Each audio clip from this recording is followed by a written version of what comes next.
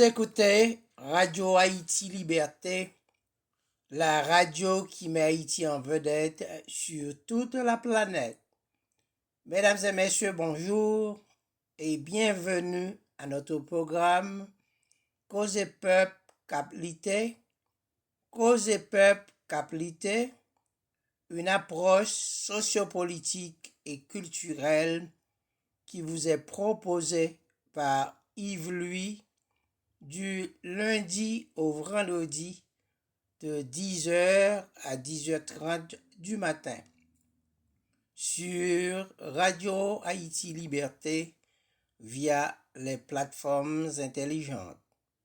Très heureux de vous savoir à l'écoute en si grand nombre. J'espère, mesdames et messieurs, que vous vous portez bien. Nous vous souhaitons d'ores et déjà une bonne audition. Nous saluons vivement nos amis et fervents auditeurs et le peuple haïtien en particulier. Bel auditoire, accordez-nous 30 minutes et vous découvrez désormais un nouveau monde dans toute sa beauté, sa laideur et sa complexité.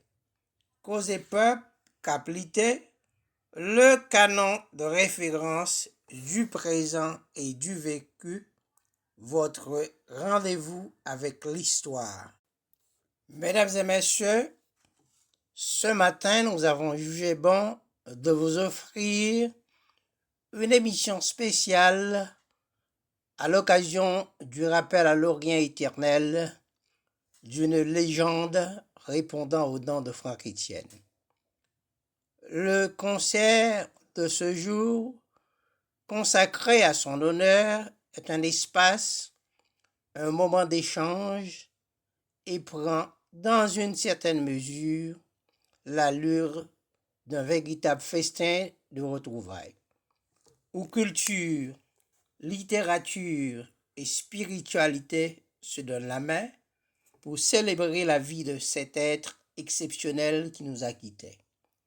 Aussi n'avait-il pas eu raison quand il déclarait en ces termes : « S'il arrive que tu tombes, apprends vite à chevaucher ta chute, que ta chute devienne cheval pour continuer ton voyage. » Ces funérailles, sans qu'elles soient revêtues de caractère religieux particulier, elles seront placées sous le signe d'un certain syncrétisme dans le sens des chants patriotiques et religieux, triés sur le volet de répertoire chrétien, catholique et protestant, notamment des chants d'espérance et celui du vaudou haïtien.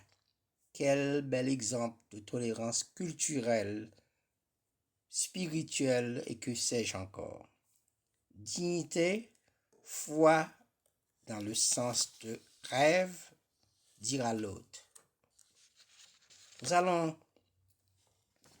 avons toute une pluie d'hommages aujourd'hui. Et nous enchaînons. Tout de suite, message de sympathie du professeur Paul Stéphane à son collègue et ami Franck Etienne. Et je cite : « Le baobab de la littérature haïtienne s'est éteint en la personne de Franck Etienne, sans célébrer ce jour du changement tant rêvé pour son pays.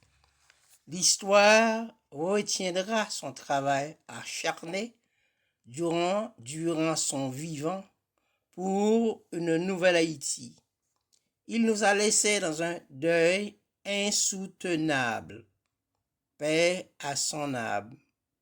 Que son épouse, ses enfants, petits-enfants, amis, parents et alliés reçoivent ici l'expression de nos condoléances émues. Professeur et Stéphane et famille. Merci, professeur. Note de solidarité et de condoléances du professeur poète Lionel Oscar au professeur émérite Franck Etienne. Franck Etienne était une figure de proue. Son nom résonnait fort. Il est du groupe de référence. J'avais l'habitude de participer au magazine de son établissement chaque mois qui s'intitulait Revue des écoliers. J'aime savourer ses livres. Son vocabulaire est un plein pour moi. Un poète ne peut pas mourir. Ses œuvres respirent encore.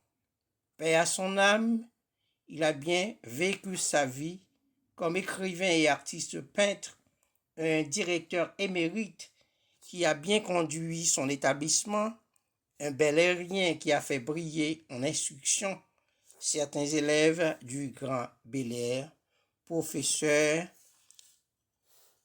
poète Lionel Oscar. Hommage à un grand homme, Franck Etienne.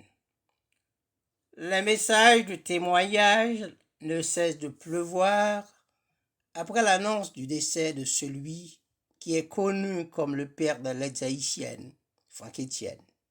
Il est enseignant, poète, écrivain, musicien, dramaturge, patriote et peintre. Il a plusieurs cordes à son arc, dira l'autre. Aussi, il est considéré comme l'un des pionniers de la littérature haïtienne.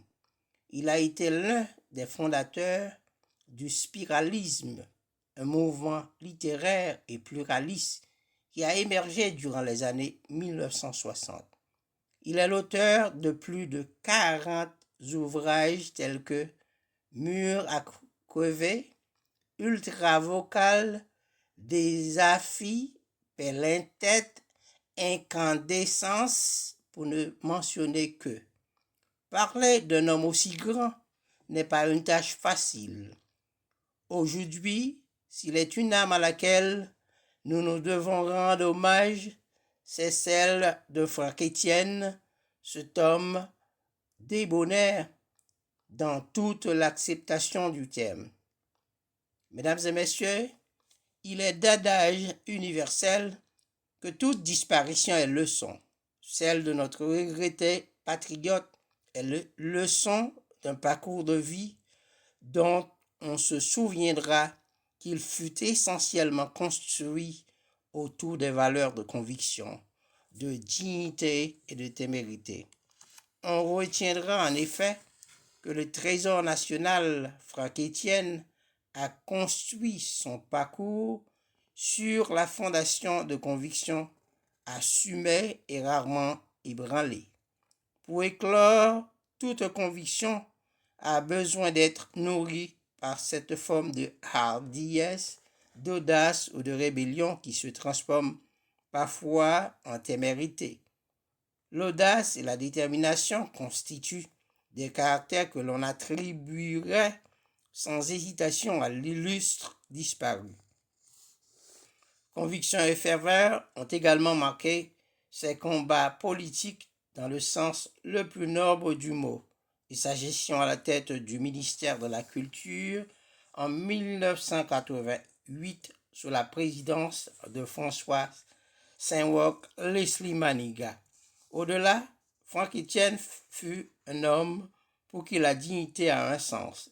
Dignité de sa personne et de son peuple, Franck Etienne fonda le collège Les Humanités au Bel-Air, ce quartier qui n'a cessé de nourrir son art et son talent.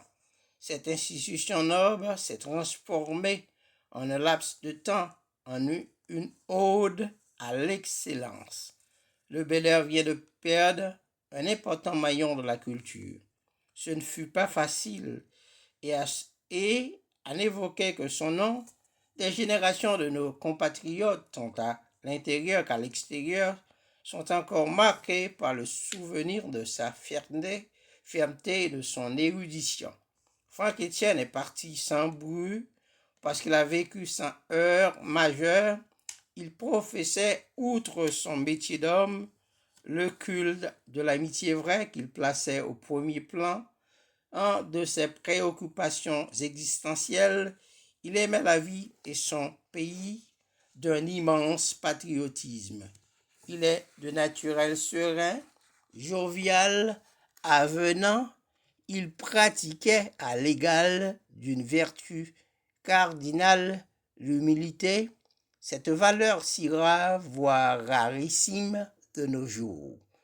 Seuls ceux qui ont eu le privilège de croiser son chemin ont pu mesurer la délicatesse de son éducation à l'ancienne et la profondeur de son attachement à des principes cardinaux de la vie. Haïti perd un fils authentique, Saint-Marc, un humaniste, un érudit, et il nous faudra encore, sans craindre d'être contredit, des années de lumière pour pouvoir produire un autre de sa carrure. Aujourd'hui, la nation honore son fils parce que celui-ci l'a honoré. Aujourd'hui, le pays revers son serviteur bienfaiteur parce que celui-ci l'a révéré. Le temps et le repos, lorsqu'il est mérité, ne peut qu'être apaisant et apaisé. Pour terminer, qu'il nous plaise de dire au professeur les deux merci dans la langue de Voltaire. Nous vous serons gré, nous vous rendons notre merci. Adieu, Trésor national, adieu patriote, adieu professeur, ici Yves Louis, journaliste, poète.